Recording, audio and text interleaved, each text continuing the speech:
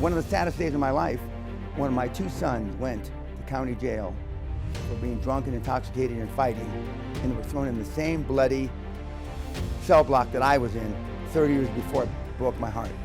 See, kids don't do what you tell them to do, kids do what they see you do. Our boys think, well, Dad got in a lot of trouble and was very successful, made a lot of money. So we're gonna follow in his footsteps. Self-esteem is built the first 7 or 8 years of life. Who are you around the first 7 or 8 years of life? A mom, maybe a dad, maybe one grandparent, maybe an older sibling, right? What do they know about programming kids to be high performers? Nothing.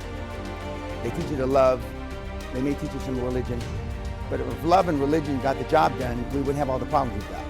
They don't get the job done. When a kid's 3 years old, other than to change a diaper, they're pretty happy, they're laughing. 3 months, 6 months, 9 months, 3 years, 5 years, kids are pretty happy. Then as they get exposed to the educational system and they get exposed to other people other than their immediate family, they change. Some people say the world gets them down.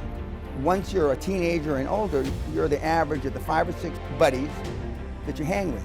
I ask all the universities, I ask all the people that I talk to, would you want your kids to grow up and be like your friends? Almost everybody says no. Would you like your kids to grow up and be like you? Almost everybody says no.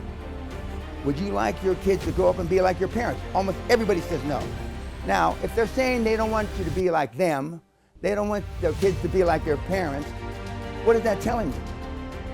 I tell kids the easiest way to get clean, not clean from drugs, change your phone number, move to another part of the United States or the world, and start over. First of all, 98% of the high performers on the planet have one thing in common, they're introverts. Only 2% are loudmouth alpha males like me.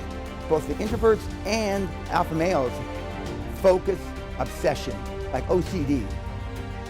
I mean, laser beam focus. And I've been rich and I've been poor, and there's no comparison. The second thing that they have in common is they love what they do. They're passionate about what they do. It's tough to work, long hours at something you don't like. Jack Ma, he has the 996 formula. Come to work at 9, work till 9, 6 days a week. Jeff at Amazon has a similar formula. 80 hours to keep your job a week, 85 hours to be considered for promotion, and 90 hours to get promoted. And that's not instilled by the company, that's instilled by the employees. Because once you get in a high performance environment, people want to be high performers. Nothing gets success more than success. And it's like a sports team. Once they are winners, they want to stay winners. When you were growing up, when I was growing up, my parents said, share your toys. And almost from infancy, we're taught to share and love one another. By the time they become adults, they want to be liked.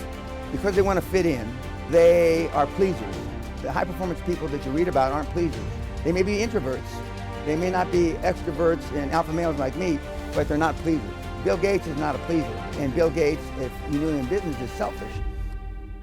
The thing that the university student can't grasp.